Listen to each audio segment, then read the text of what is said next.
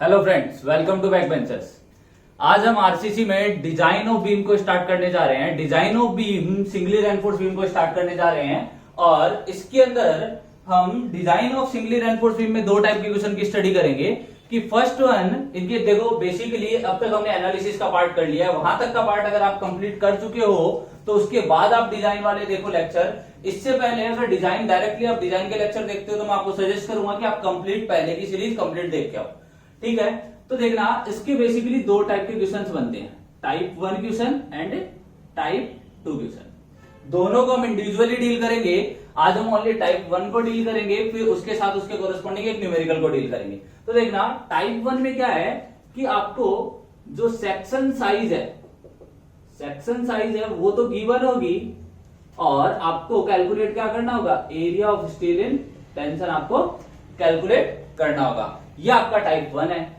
Second type question क्या हो सकता है इसके अंदर कि आपको सेक्शन साइज भी कैलकुलेट करनी होगी, ये भी आपको अननोन रहेगी, और एरिया ऑफ स्टील ये भी आपके लिए अननोन रहेगा। तो देखो सेक्शन ऑफ साइज में बेसिकली दो डेटा आते हैं, फर्स्ट वन बी और डी। अब देखो इसके अंदर अगर हम सेकंड टाइप को फर्दर दो टाइप से डिवाइड करना चाहे तो कर सकते हैं। एक बार आपको बी गिवन हो जाएगा और डी अननोन रहेगा, और इस केस में एएसटी भी अननोन रहेगा आपका। और एक केस ये हो जाएगा कि आपको बी भी नहीं पता, डी भी नहीं पता और एएसटी भी नहीं पता। तो ये जो सेक्शन साइज है, देखो सेक्शन साइज में दो टाइप के क्वेश्चन बन सकते हैं। फर्स्ट वन बी गिवन हो सकता है, डी और एएसटी पूछ सकता है, और सेकंड टाइप का बी भी नहीं पता, डी भी नहीं पता और एएसटी भी नहीं पता। तो तीनों की कैलकुलेशन भी हो सकती है। तो देखो टाइप 1 को हम स्टार्ट करने जा रहे हैं, थोड़ा टाइप 1 को डिटेल में देखेंगे, फिर हम टाइप 2 पे भी बात करेंगे। तो यहां से जब हमें सेक्शन साइज गिवन है तो उस केस में हमें इसको कैसे डील करना होगा, देखना ध्यान से।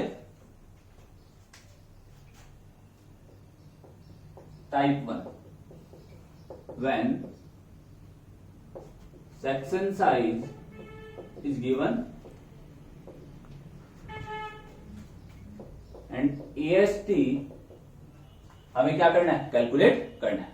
तो देखो इसके अंदर क्या करना होगा, सबसे पहले आपको लोडिंग गिवन होगी। गिवन डेटा क्या क्या हो सकता है, यहां पर गिवन डेटा लिख रहा हूं आपको, क्या क्या अवेलेबल हो सकता है। गिवन डेटा में लोडिंग गिवन हो सकती है,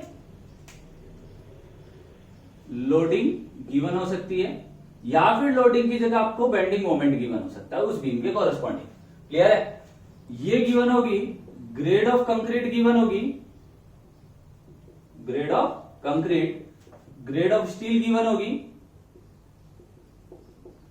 एंड सेक्शन साइज गिवन होगी। ये सारे डेटा आपको गिवन होंगे और आपको क्या कैलकुलेट करना है, एएसटी बताना है कि इस लोडिंग के कोरस्पॉन्डिंग हमें क्या करना है, एएसटी कितना आएगा, एरिया ऑफ स्टील कितना प्रोवाइड करना है। तो देखो सबसे फर्स्ट स्टेप, इसकी कुछ स्टेप्स में इसको डिवाइड करते हैं।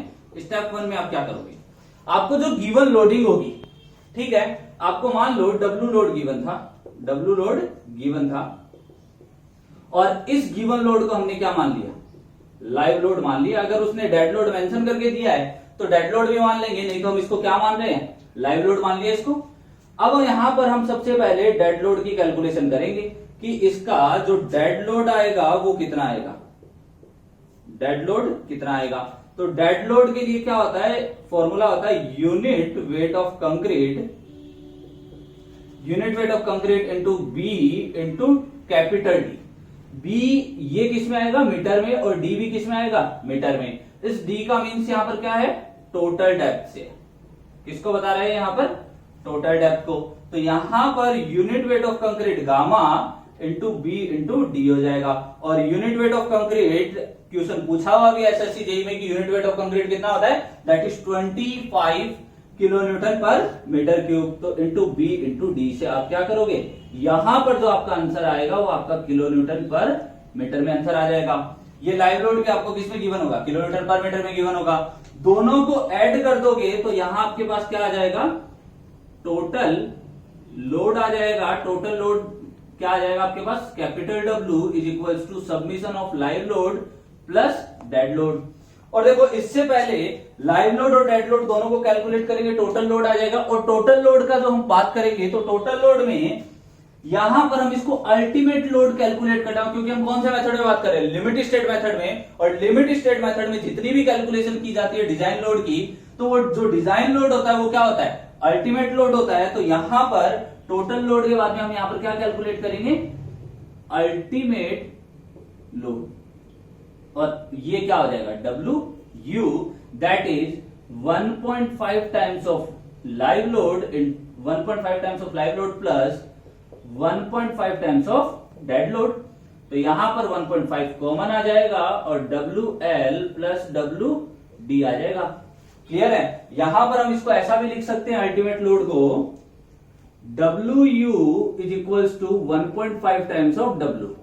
क्लियर है। अब ये बात आती है कि 1.5 का ही फैक्टर क्यों काम में लिया जाता है। डिजाइन लोड के लिए मैंने आपको एक सबसे पहले LSM जब भी स्टार्ट हुआ है तो उस लेक्चर में मैंने मेंशन किया है कि डिजाइन लोड कैसे कैलकुलेट किया जाता है, और यहां पर मोस्ट ऑफ द कॉम्बिनेशन किसका है, लाइव लोड और डेड लोड का। तो उसके कॉरेस्पॉन्डिंग जो फैक्टर होता है वो कितना होता है, 1.5 होता है। क्लियर है यहां तक। अब देखना यहां पर आपका अल्टीमेट लोड आ गया, ये आपका क्या कैलकुलेट हो गया, अल्टीमेट लोड। अब आप इससे क्या करोगे, आप बेंडिंग मोमेंट कैलकुलेट कर सकते हो। बेंडिंग मोमेंट कैसे कैलकुलेट करोगे, तो देखो बेंडिंग मोमेंट कितना आएगा आपके पास, या फिर हम ये कह सकते हैं कि जो डिजाइन बेंडिंग मोमेंट है वो कितना आएगा, design bending moment is equals to, ये डिपेंड करता है टाइप ऑफ बीम पर, कि आपकी बीम का टाइप कैसा है, कैंटिलीवर है या फिर सिंपली सपोर्टेड बीम है। तो फर्स्ट वन जो मैं डेटा लिख रहा हूं that is simply supported beam का WL स्क्वायर, L कौन सा, L इफेक्टिव अपॉन 8। ये किसके लिए हो गया, सिंपली सपोर्टेड बीम के लिए WL इफेक्टिव का स्क्वायर डिवाइड बाई 8। ध्यान रखना यहां पर जो स्पान काम आता है वो कौन सा आता है, इफेक्टिव स्पान। और यहीं पर अगर कैंटिलीवर बीम होती तो इसके लिए मैक्सिमम बेंडिंग मोमेंट की वैल्यू कितनी होती है, सोम में पढ़ा भी है, WL इफेक्टिव का स्क्वायर डिवाइड बाई 2। तो यहां से ये किसके लिए हो जाएगा काम में, कैंटिलीवर बीम के लिए। यहां पर आपकी फर्स्ट स्टेप खत्म होती है।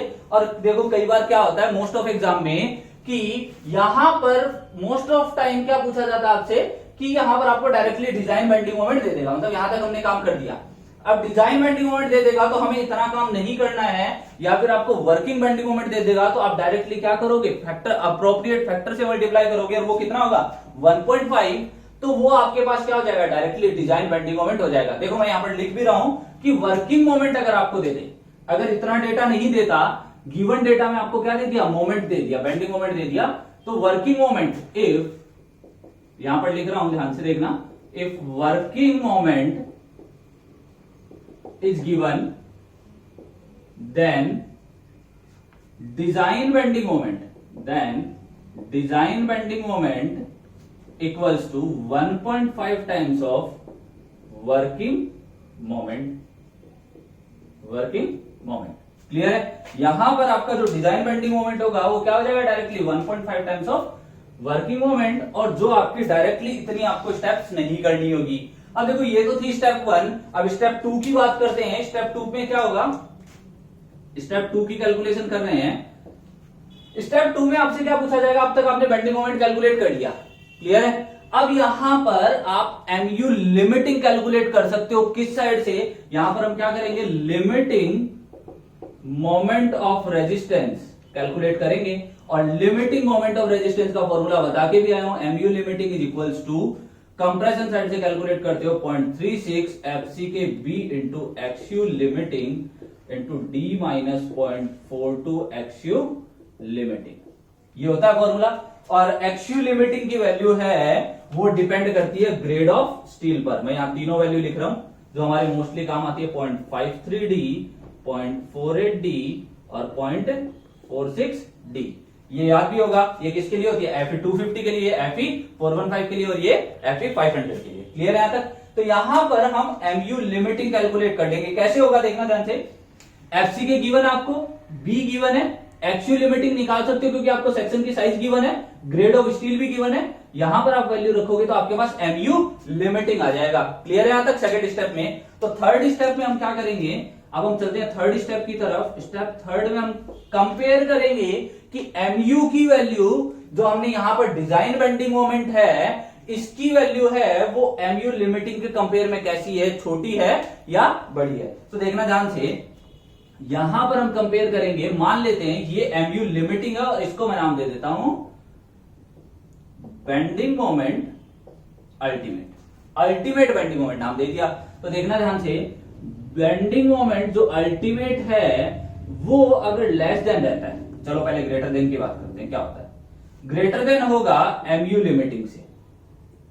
एमयू लिमिटिंग से मतलब जो एमयू लिमिटिंग होती क्या है, उसकी मैक्सिमम बीम की maximum moment of resistance capacity, और maximum moment of resistance capacity से उसके ऊपर आने वाला मोमेंट एक्सटर्नल लोड के कारण से जो आने वाला मोमेंट है वो ज्यादा है, तो उस केस में क्या होगा, यहां पर हमें कैसा सेक्शन प्रोवाइड करना होगा, डबली रेनफोर्स बीम सेक्शन, क्योंकि हम यहां पर ओवर रेनफोर्स सेक्शन प्रोवाइड नहीं कर सकते, इसलिए हम यहां पर प्रेफर क्या करेंगे, यहां पर हम प्रोवाइड करेंगे डबली रेनफोर्स, यहां पर लिख देता हूं clearly, provide doubly reinforce beam section.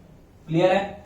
मान लो अब इस केस में कुछ ऐसा हो जाता कि बेंडिंग मोमेंट जो अल्टीमेट है उसकी वैल्यू लेस देन रह जाती एमयू लिमिटिंग से, उसकी वैल्यू क्या रह जाती, एमयू लिमिटिंग से लेस देन रह जाती, तो मतलब उसकी जितनी मैक्सिमम मोमेंट रेजिस्टिंग कैपेसिटी है उससे आने वाला मोमेंट कम है, तो इस केस में कैसा सेक्शन डिजाइन होता है, that is the under reinforce section. Under reinforce section हम यहां पर क्या करेंगे, प्रोवाइड करेंगे, और अब हम इसको आगे जब डिजाइन करेंगे स्टेप 4 में, तो वो किसके अकॉर्डिंग करेंगे, अंडर रेनफोर्स सेक्शन की तरह है। तो देखना स्टेप 4 यहां से ये रफ कर रहा हूं, स्टेप 4 कैसे कैलकुलेट करनी है,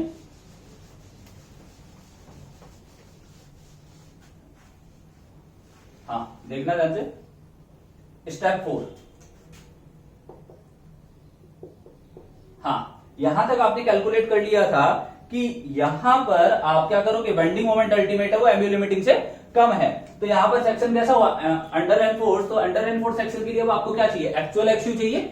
एक्सयू की कैलकुलेशन कैसे करोगे, आपके पास ये जो है देखना, इसमें हम क्या करेंगे, मोमेंट ऑफ रेजिस्टेंस को, इस केस में हम क्या करेंगे, इक्वेटिंग मोमेंट ऑफ रेजिस्टेंस, ऐसा करो, इसको ऐसा लिख दो, equating bending moment to moment of resistance, मतलब हम क्या करेंगे, अल्टीमेट जो बेंडिंग मोमेंट है उसको क्या मान लेंगे, एम यू के इक्वल मान लेंगे। क्लियर है। और इसके थ्रू, और एम यू का क्या फॉर्मूला होता है कंप्रेशन साइड से, 0.36 F C K B into X U into D minus 0.42 X U, ये अंडर रेनफोर्स सेक्शन के लिए फॉर्मूला होता है।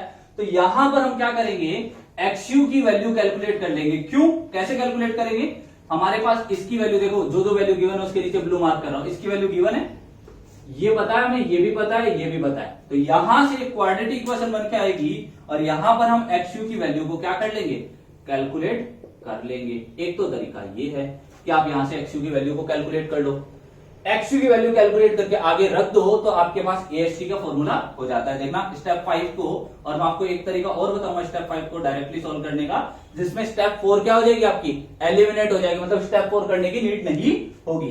क्लियर है। ये कन्वेंशनल प्रोसेस आपको डिटेल, अगर ईएससी जैसा एग्जाम होता है, या फिर आप जब बात करते हो एक अच्छे एग्जाम की कन्वेंशनल, किसी भी आईएन एग्जाम की बात, असिस्टेंट इंजीनियर का जो भी एग्जाम होता है, स्टेट असिस्टेंट इंजीनियर में मोस्टली कन्वेंशनल पेपर होता है, तो उसके अंदर आपको अच्छे से डील करना होता है, सेमेस्टर एग्जाम में डील करना होता है, या फिर एसएससी जेईई कन्वेंशनल पेपर में भी आपको कंप्लीट डिटेल लिखनी होती है, जिसके कारण से आपको पूरे मार्क्स मिले। तो स्टेप 5 में देखना, calculation of AST, calculation of area of steel and tension. तो area of steel and tension को आपको पता है कि एमयू का जो फॉर्मूला होता है टेंशन साइड से, वो क्या होता है, 0.87 FY into AST into D minus 0.42 एक्सयू।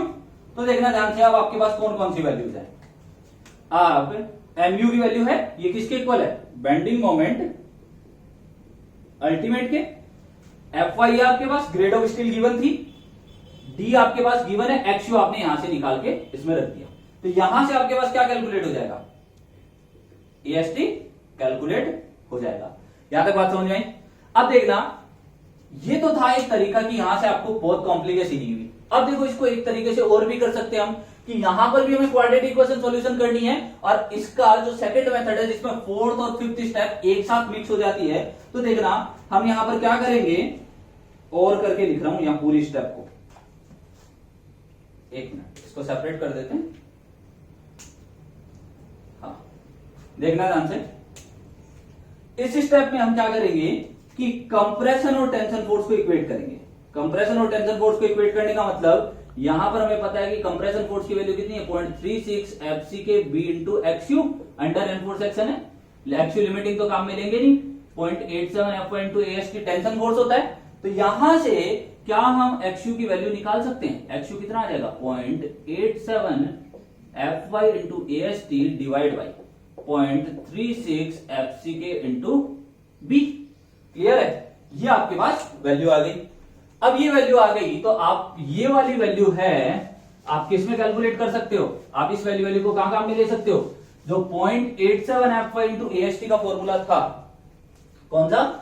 Moment of resistance under enforce section में जो हमने यहां पर कैलकुलेट किया है, यहां पर हम एक्सयू की जगह क्या रख देंगे? ये वाली वैल्यू रख देंगे। तो देखना एमयू, यहां पर हम सॉल्यूशन नहीं करेंगे, इसको एज इट इज रखेंगे। ये रखने का तरीका बता रहा हूं मैं खाली। mu is equals to 0.87 fy into ast into d minus 0.42। आना क्या चाहिए था यहाँ पर? xu, बट xu नहीं आएगा। xu की जगह ये वाली वैल्यू आ जाएगी, तो ये वाली वैल्यू कितनी होगी? 0.87 fy into ast divide by कितना हो जाएगा? 0.36 fck into b। ये वाली वैल्यू हो जाएगी। क्लियर है यहां तक? यहां से भी आप क्या कर सकते हो? एएसटी, अब देखो ध्यान से, इसको अंदर मल्टीप्लाई करोगे तो आपके पास क्या आएगा? एएसटी को अंदर मल्टीप्लाई करोगे तो एएसटी की क्वाड्रेटिक इक्वेशन बनेगी, मतलब द्विघात समीकरण बनेगी, और उसको आपको धराचार्य फॉर्मूले से सॉल्यूशन कर लेना है। या फिर आपके पास अगर 991 ES प्लस कैलकुलेटर अगर आप एग्जाम में ले जा सकते हो तो उससे डायरेक्टली ये सॉल्यूशन हो जाती है। यहां तक बात समझ में आ गई होगी? क्लियर है यहां तक? देखना ध्यान से। इसके बाद हम इसके ऊपर बेस्ड कंप्लीट न्यूमेरिकल करेंगे, जिससे ये डेटा क्या हो जाए? क्लियर हो जाए।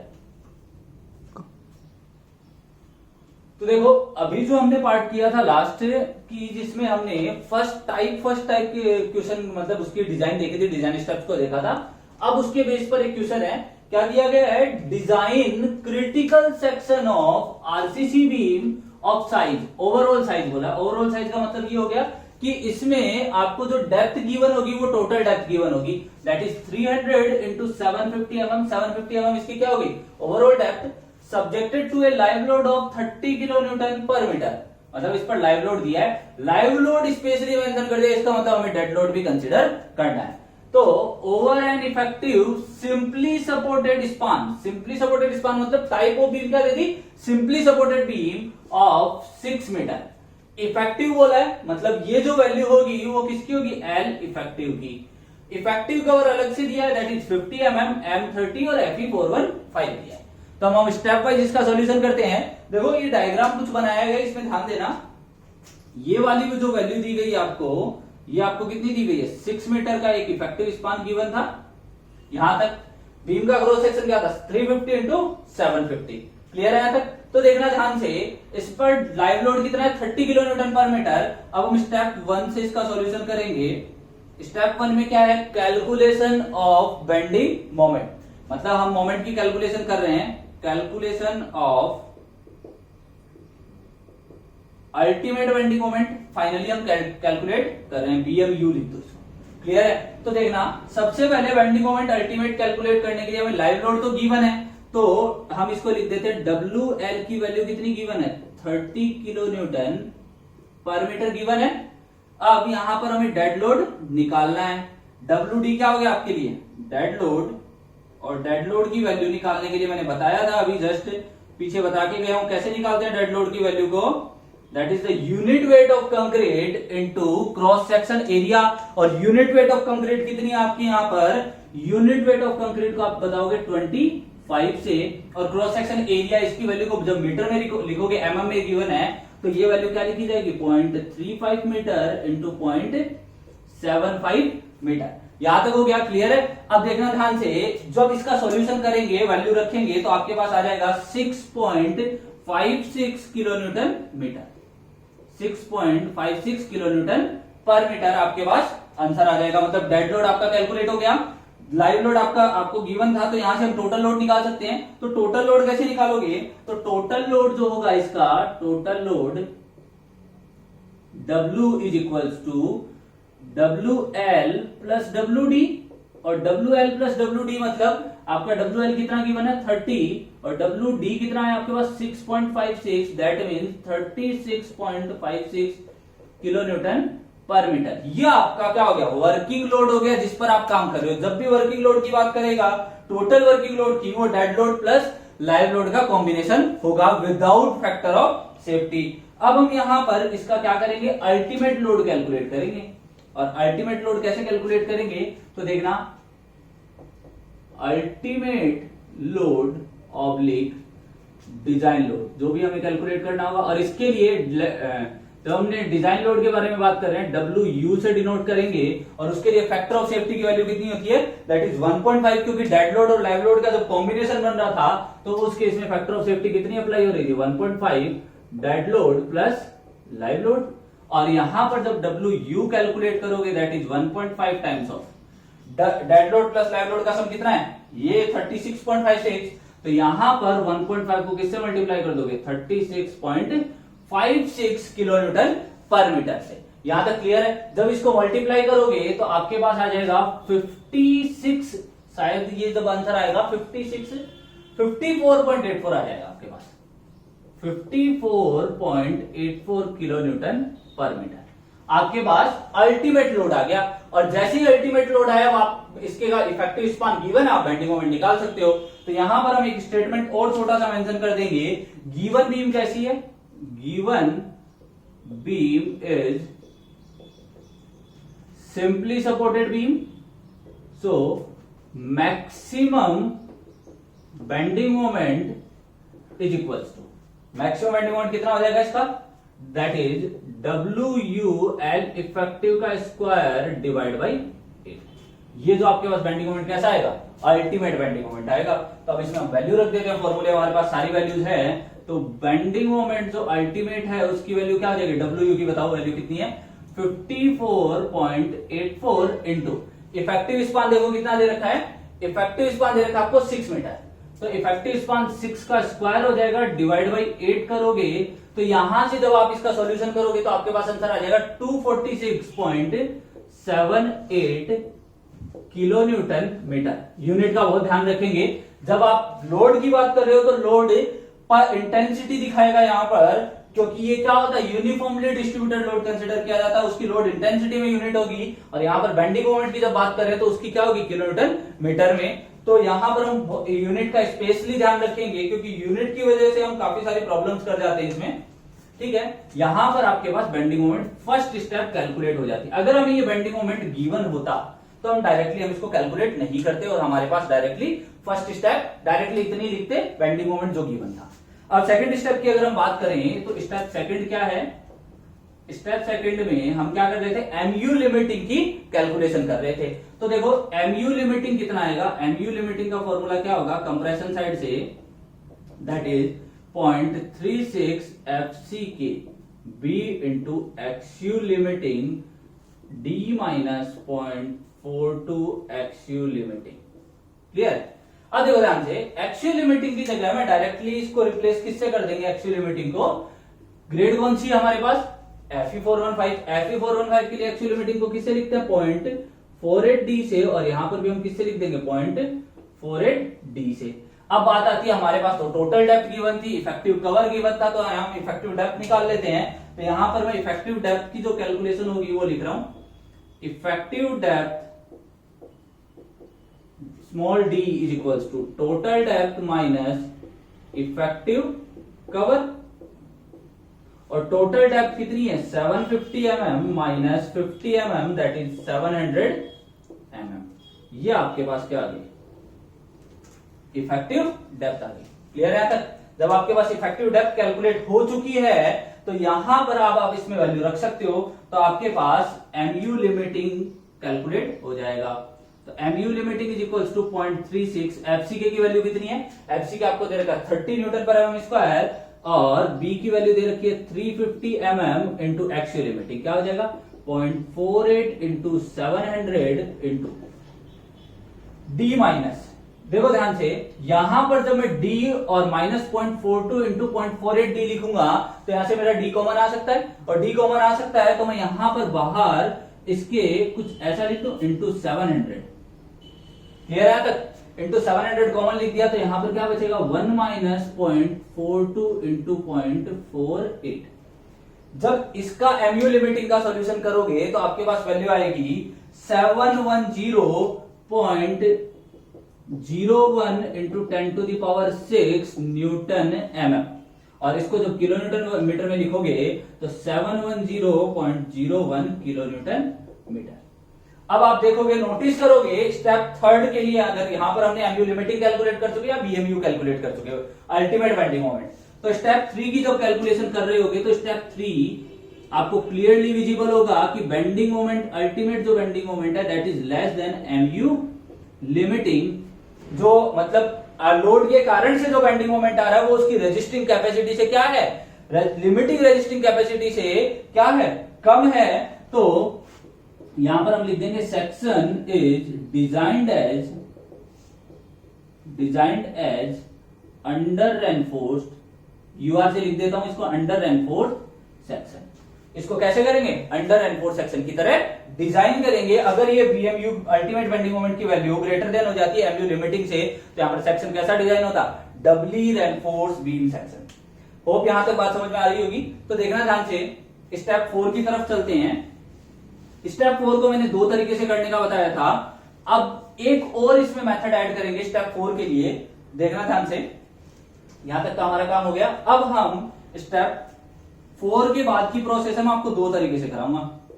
स्टेप 4 क्या कहता है कि आपको क्या करना है, जो मोमेंट ऑफ रेजिस्टेंस है या फिर MU की बात करें उसको किसके इक्वल मान लेना है, bending moment, ultimate bending moment के, और उसकी वैल्यू कितनी हो जाएगी 246.78 किलो न्यूटन मीटर।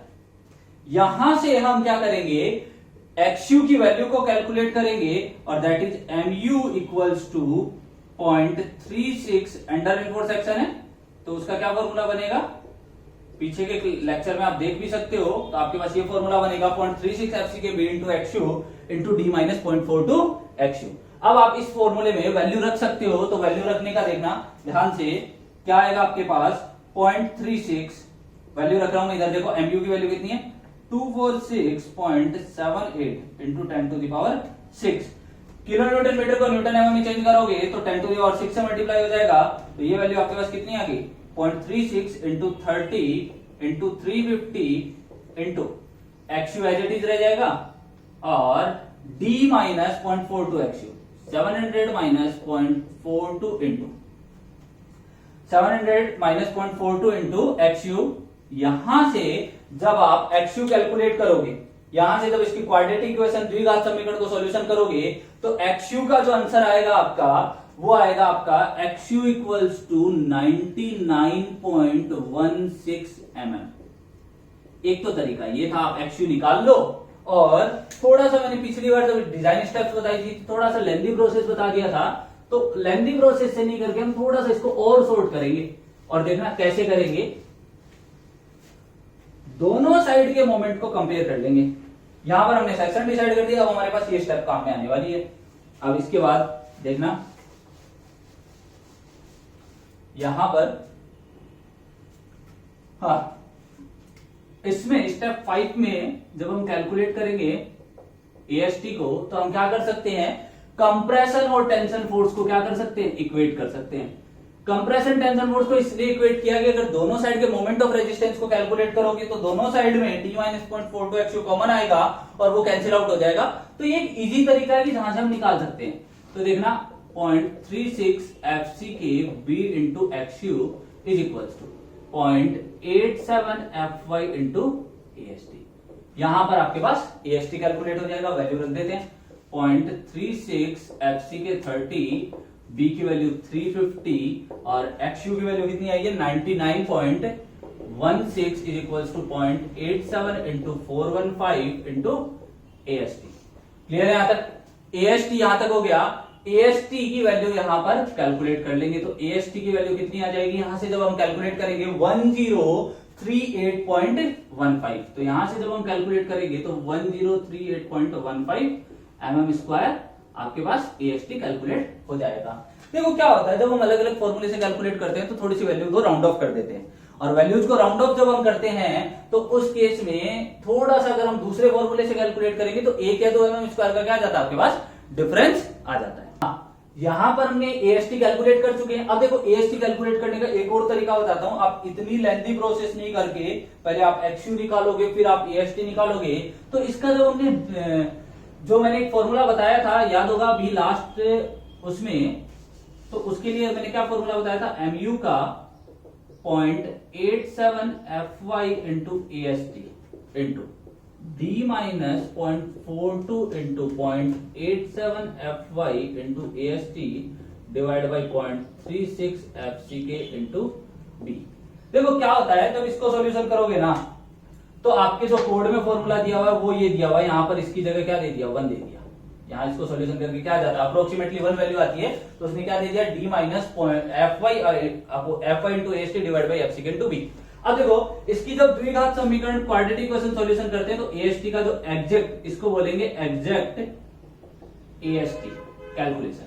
तो एग्जैक्ट AST का जो फॉर्मूला बनता है वो क्या बनता है, 0.5 FCK upon FY bracket 1 minus square root of 1 minus 4.6 ultimate bending moment divide by FCK B D square into B into D।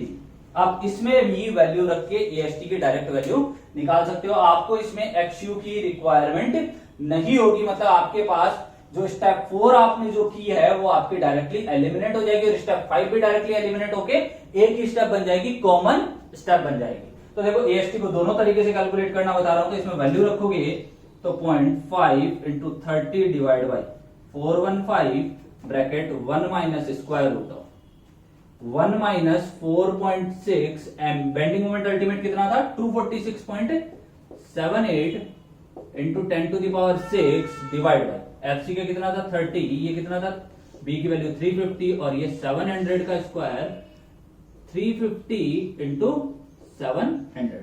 यहां से जब आप AST कैलकुलेट करते हो तो बहुत माइनर सा डिफरेंस आता है, दैट इज 1037.73 mm स्क्वायर।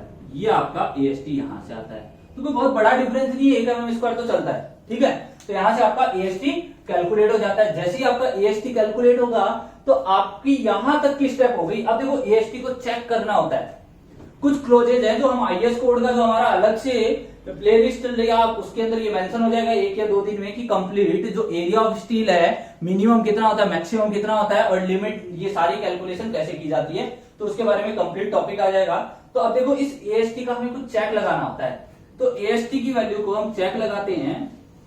तो AST के लिए क्या होना चाहिए, जो AST की वैल्यू है, ध्यान देना, बहुत तरीके से समझना है इस चीज को। AST की वैल्यू मिनिमम AST से ज्यादा होनी चाहिए, मतलब इससे तो वैल्यू हमेशा क्या होनी चाहिए, ज्यादा, और ये वैल्यू AST मैक्सिमम जितना प्रोवाइड करते हो उससे कम होनी चाहिए, और ये किससे कम होनी चाहिए, एक और AST लिमिटिंग से भी कम होनी चाहिए। मतलब AST की जो वैल्यू है, 2 हमें चेक लगाने होंगे, AST की वैल्यू AST लिमिटिंग से भी कम हो, और एक चेक आपका क्या हो जाएगा, AST मिनिमम से तो बड़ा हो बट AST मैक्सिमम से कम हो। क्लियर है। तो देखो मैं यहां पर कुछ फॉर्मूले लिख रहा हूं। AST मिनिमम का क्या फॉर्मूला है, AST मिनिमम का हमें चेक पता है 0.85 अपॉन FY, एक minute, AST minimum divide B into D should be less than 0.85 upon FY। Sorry, यहां पर इक्वल्स टू का साइन आएगा, मतलब AST मिनिमम निकालोगे तो AST मिनिमम एटलीस्ट इतना आना चाहिए, इससे बड़ी वैल्यू आनी चाहिए। तो देखो ध्यान से, AST मिनिमम आप क्रॉस मल्टीप्लिकेशन करके निकाल सकते हो, जबकि AST मैक्सिमम होता है वो होता है 4% of gross area, 4% of gross area, और AST लिमिटिंग का मैं आपको eight the end of design में आपको एक डेरिवेशन करवाऊंगा, वो बहुत इंपॉर्टेंट डेरिवेशन है, उसके अकॉर्डिंग जब आंसर आएगा तो आ जाएगा 0.414, या ऐसा निकाल सकते हो 0.4138 F C K upon F Y into X U limiting into B. AST limiting का डायरेक्ट फॉर्मूला, इसका डेरिवेशन करवाऊंगा at the end of design, मतलब दोनों पार्ट पूरे होने के बाद में मैं आपको ये डेरिवेशन कराऊंगा 0.4138 FC K upon F Y into X limiting by B कैसे आता है। तो देखो हम तीनों की बात करते हैं। अब इन तीनों के कॉरेस्पॉन्डिंग जब हम कैलकुलेशन करेंगे तो हमारे पास एएसटी क्या है, हम मान लेते हैं 1038.15 है, 1038.15 है। तो उस केस में आप कैसे कैलकुलेट करोगे और कैसे चेक लगाओगे, देखना ध्यान से। हाँ, एएसटी मिनिमम क्या हो जाएगा, divide by B into D should be greater than, ठीक है, या ग्रेटर देन इक्वल्स टू लगा सकते हो 0.85 अपॉन एफ वाई। अभी हम यहां पर इक्वल्स टू का साइन लेके चलेंगे क्योंकि हमें कैलकुलेशन करनी है। तो देखो AST minimum is equals to 0.85 divide by F Y की वैल्यू कितनी है 415, क्रॉस मल्टी। एएसटी मिनिमम में 0.85 upon 415 into B into D, B की वैल्यू कितनी है 300 इंटू 700। ध्यान रखना इस केस में तो ग्रोस एरिया काम आता है, जबकि यहां पर जो डी काम आता है वो कौन सा डी काम आता है, वो इफेक्टिव डेप्थ का डी काम आता है। तो इफेक्टिव डेप्थ कितनी है यहां पर हमने निकाली भी थी पीछे बीच में ट्यूशन में, दैट इज 700 mm। तो यहां से आप एएसटी मिनिमम कैलकुलेट कर लोगे और उसकी जो वैल्यू आएगी वो आएगी 501.81 mm स्क्वायर। ये आपके पास एएसटी मिनिमम आ जाता है। तो देखो ध्यान से, ये आपके पास यहां से एएसटी मिनिमम की वैल्यू आ गई। अब आप दो और एएसटी निकालने हैं, that is AST limiting. AST limiting भी निकाल देते हैं। एएसटी लिमिटिंग कितना आएगा 0.4138 into FC K upon F Y into एक्सयू limiting into B. कितना हो जाएगा पॉइंट, इसको राउंड ऑफ कर देते हैं 0.414 लिखते हैं इंटू एफसी के, कितना है 30 डिवाइड बाई 415 इंटू एक्सयू लिमिटिंग, ये क्या हो जाएगा 0.48 इंटू 700 इंटू 350 mm। यहां से जब आप कैलकुलेट करोगे ये तो अराउंड आएगा 3590 पॉइंट समथिंग कोई डेटा आएगा, that is mm square. Clear है यहां तक? हाँ, 3519.38.4 के आसपास का डेटा आएगा, जो भी आएगा देख लेना, 3519.4 mm स्क्वायर। यहां तक हो गया आपके पास एएसटी लिमिटिंग की कैलकुलेशन। अब देखना जो आपका एएसटी आया हुआ है, अब आप यहां पर क्या करोगे, एएसटी मैक्सिमम की कैलकुलेशन करोगे। एएसटी मैक्सिमम कितना है 4% ऑफ ग्रॉस एरिया, तो मतलब 0.04 times of B into capital D, 0.04 times of capital B, मतलब 350 into 750, that is 10,500 mm square. 10,500 mm square. यहां से आपका एएसटी मैक्सिमम भी आ गया। अब देखो जो आपका एएसटी कैलकुलेट हुआ है, देखो आपके पास तीन डेटा है, ये एएसटी लिमिटिंग का है, ये आपके पास एएसटी मैक्सिमम का डेटा है, ये आपके पास एएसटी मिनिमम का है। आपका जो डेटा है वो क्या इस दोनों कंडीशन को सेटिस्फाई कर रहा है? ओके, हाँ कर रहा है, क्योंकि देखो 1037 है वो 501 से तो बड़ा है, बट इन दोनों वैल्यू से क्या है छोटा है, यही कंडीशन होनी चाहिए थी। तो यहां पर आपका एएसटी का जो क्राइटेरिया वो सेटिस्फाई कर रहा है। अब देखो मैं आपको इसमें नंबर ऑफ बार को प्रोवाइड करना भी सिखा रहा हूं। यहां पर आपका फाइनल एरिया हो गया 1037.73 mm स्क्वायर, जो आपका एएसटी है। अब इसके बाद आपको बात करते हैं कि ये बार कैसे प्रोवाइड की जाती है। यहां तक हो गया, ये रफ कर रहा हूं सारा पार्ट। अब बार को प्रोवाइड करना सीखेंगे कि जो बार प्रोवाइड की जाती है वो किस तरीके से की जाती है। एएसटी के डेटा को अलग लिख लेंगे। 1037 एएसटी आपका क्या आया है 1037.73 mm स्क्वायर, यही था 0.73 mm स्क्वायर। देखना यहाँ थोड़ा सा समझा रहा हूं आपको ये चीज कैसे प्रोवाइड करनी है। देखना ध्यान से, ये बीम का बॉटम सेक्शन है जिसमें हमें रेनफोर्समेंट प्रोवाइड करना है। क्या होता है मान लो एंड टू एंड रेनफोर्समेंट हमने प्रोवाइड कर दी अभी 2 बार, हमें डाया हमने डिसाइड नहीं किया, बट हम सबसे पहले बीच की स्पेसिंग निकालते हैं। तो देखना ध्यान से, यहां पर हमें जो दिया गया है इफेक्टिव कवर वो ये दिया गया है, यहां से लेके यहां तक का हमने सेम मान लिया, ये मान लो 50 mm मान लिया, इधर से भी और इधर से भी हमने क्या मान लिया 50 mm मान लिया।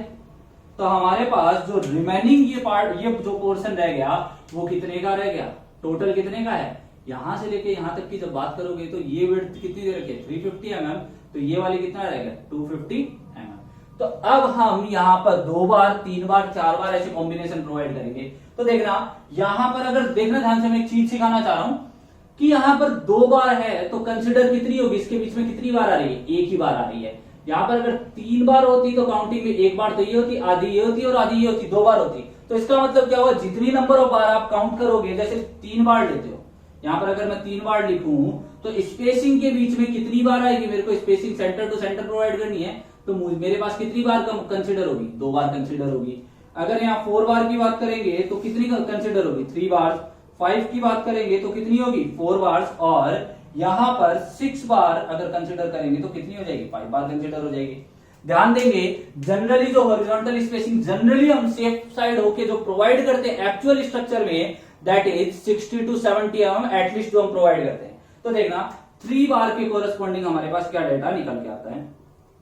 तो 3 बार का जब डेटा निकालेंगे तो देखना ध्यान से, यहां पर 2 बार होगी, मतलब 250 mm डिवाइड बाई 2, ये आ गई आपके पास 125 mm centre to centre distance.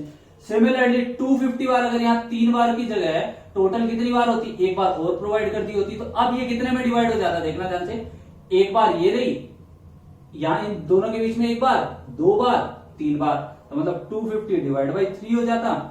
और जब हम एक बार और प्रोवाइड कर देते तो अब ये कितने के बीच में डिवाइड हो जाता, एक बार, 2 बार, 3 बार, 4 बार, तो यहां पर 250 डिवाइड बाई 4 हो जाता। और सिमिलरली 6 बार के लिए 250 डिवाइड बाई 5 हो जाता, इसका 5 आ जाएगा और इसमें 75 mm आ जाएगा।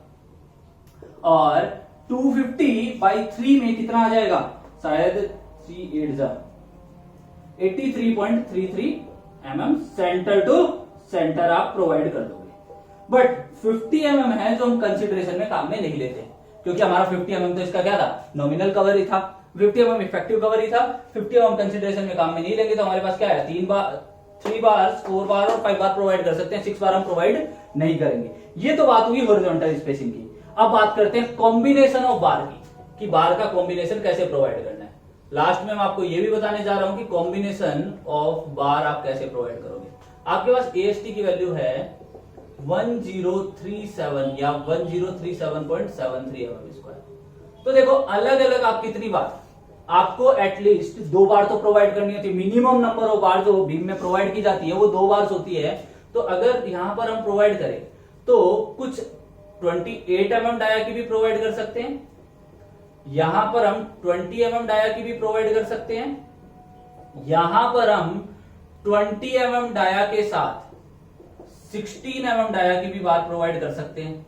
क्लियर है। तो ऐसे हम अलग अलग कॉम्बिनेशन प्रोवाइड कर सकते हैं। कैसे कर सकते हैं, देखो इस एक बार का एरिया की अगर बात करूं तो मैं यहां पर इनके कोरस्पॉन्डिंग इस साइड एरिया लिख रहा हूं बार का, कि 28 mm डाया के कोरस्पॉन्डिंग एरिया होता है 615.31 शायद एरिया होता है 615.31 mm²। क्लियर है। 20 का होता है 314.16 mm²। और यहां पर अगर मैं 16 mm की बात करूं तो 16 mm का होता है 201.06 mm²। तो अब हम इन जो एरिया है, अब इस एरिया को हम इससे डिवाइड करेंगे। नंबर ऑफ बार निकालनी है तो नंबर ऑफ बार का क्या फॉर्मूला हो जाएगा, AST अपॉन A5, मतलब टोटल AST, इसको ऐसा बोल सकते हो total AST upon area of 1 bar, area of 1 बार। तो एरिया ऑफ 1 बार कितना है आपके पास, जो आप बार का डाया प्रोवाइड करोगे, जब यहां से प्रोवाइड करोगे तो नंबर ऑफ बार कितनी आ रही है आपके पास, यहां से जब आप प्रोवाइड कर रहे हो तो नंबर ऑफ बार कितनी आ रही है 2, और यहां से जब आप प्रोवाइड कर रहे हो तो कितनी आ रही है नंबर ऑफ बार 4, और यहां से जब आप प्रोवाइड कर रहे हो, अब देखो इसमें कितनी बार प्रोवाइड करोगे। तो देखो ध्यान से, देखना ध्यान से, अब हम यहाँ कैसे पता लगेगा कि यहाँ कौन सा कॉम्बिनेशन प्रोवाइड करना है? तो यहाँ पर हम प्रोवाइड कर रहे हैं 2 बार, दोनों की एक बार प्रोवाइड करके देखते हैं। तो एक बार का एरिया कितना 20 mm आएगा 314, तो 2 बार का कितना हो जाएगा 628.32 mm²। और यहां से जब दोनों बार का एरिया निकालेंगे तो इसके कोरेस्पॉन्डिंग एरिया कितना है? इसका कोरेस्पॉन्डिंग एरिया बताया था 201.06, तो यहां से आ जाएगा 402.12। तो दोनों को जब ऐड करेंगे तो ये कितना आ रहा है 1030। तो अभी भी कॉम्बिनेशन नहीं सेट हुआ, तो यहां पर अब हम क्या प्रोवाइड करेंगे 10, ये कितना आता है 1030। तो अब हम यहां पर बार को फिर चेंज करेंगे, तो यहां पर हम एक एक्स्ट्रा बार प्रोवाइड कर सकते हैं क्या? प्लस क्या हम 12 mm डाया की एक बार प्रोवाइड कर दें, 1 बार ऑफ 12 mm डाया, जिससे क्या हो जाएगा एरिया एक्सीड कर जाएगा। तो देखना ध्यान से, ये एरिया कितना होता है 113.09। अब जो इन तीनों का सबमिशन होगा वो आपके गिवन AST से क्या हो जाएगा ज्यादा हो जाएगा। तो आप इस तरीके से जो आपको मोस्ट सुटेबल हो वो आप बार एरिया प्रोवाइड कर सकते हो। तो ध्यान देना, इसमें जब हम इसको 4 बार प्रोवाइड करेंगे तो ये एरिया आ रहा है, जब इसकी 4 बार प्रोवाइड करेंगे तो ये 1256 से ऊपर आएगा, और यहां पर जब हम प्रोवाइड करेंगे तो ये आएगा 1230।